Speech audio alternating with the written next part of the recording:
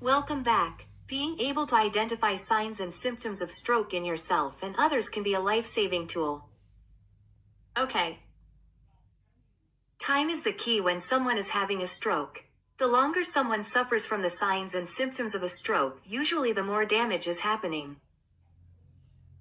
Okay. A stroke is a sudden event. The blood supply to the brain is cut off. It is important to get care immediately. Don't wait. Call 911 if you have any of the following symptoms. Don't drive yourself. Okay. Signs and symptoms of stroke include. Okay. Sudden weakness or numbness on one side of the face or body, including a leg or an arm. Okay.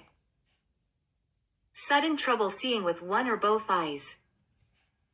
Okay. Sudden trouble talking, such as slurred speech. Okay. Sudden severe headache. Okay.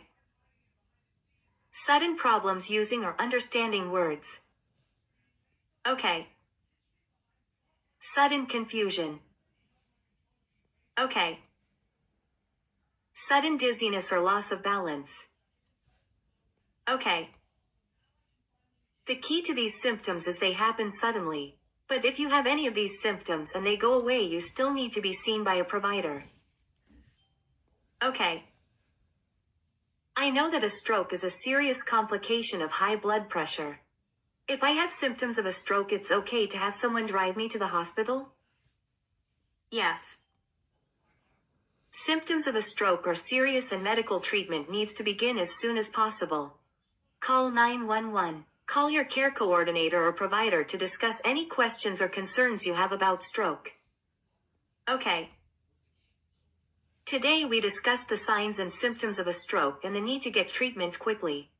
We will continue tomorrow with an easy way to remember the signs and symptoms of a stroke. Okay. You have completed your survey. Pull cuff up onto your bare arm. Wrap the cuff around your bicep. Be sure the cuff is positioned so that the air hose is positioned down towards your palm on the inside of your arm. Once in place, wrap the Velcro flap around the cuff until it is secure. Be seated and have your arm resting on a flat surface, then press the start button.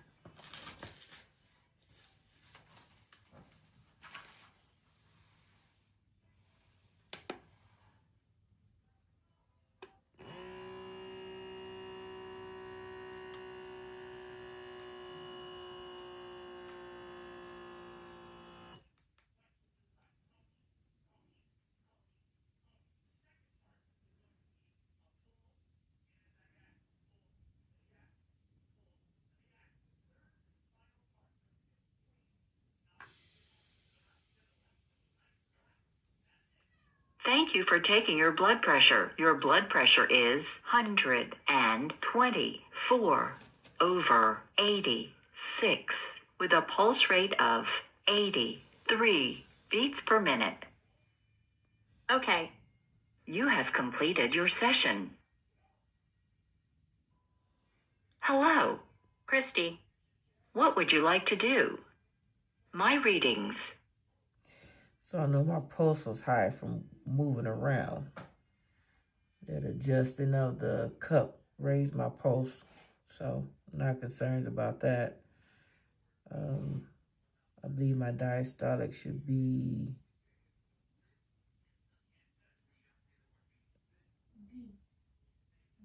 why do I have to keep going through this every day? It should be below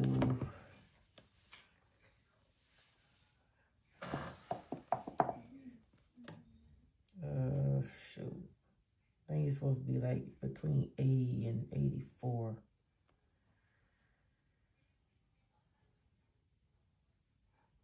Got it somewhere in here. Siri, what is the normal blood pressure for a 53-year-old black woman?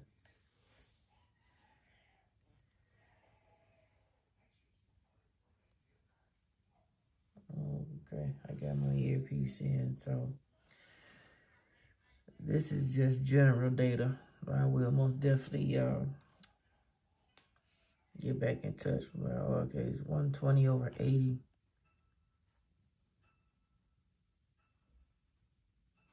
So no, that is not typical for a 53-year-old woman.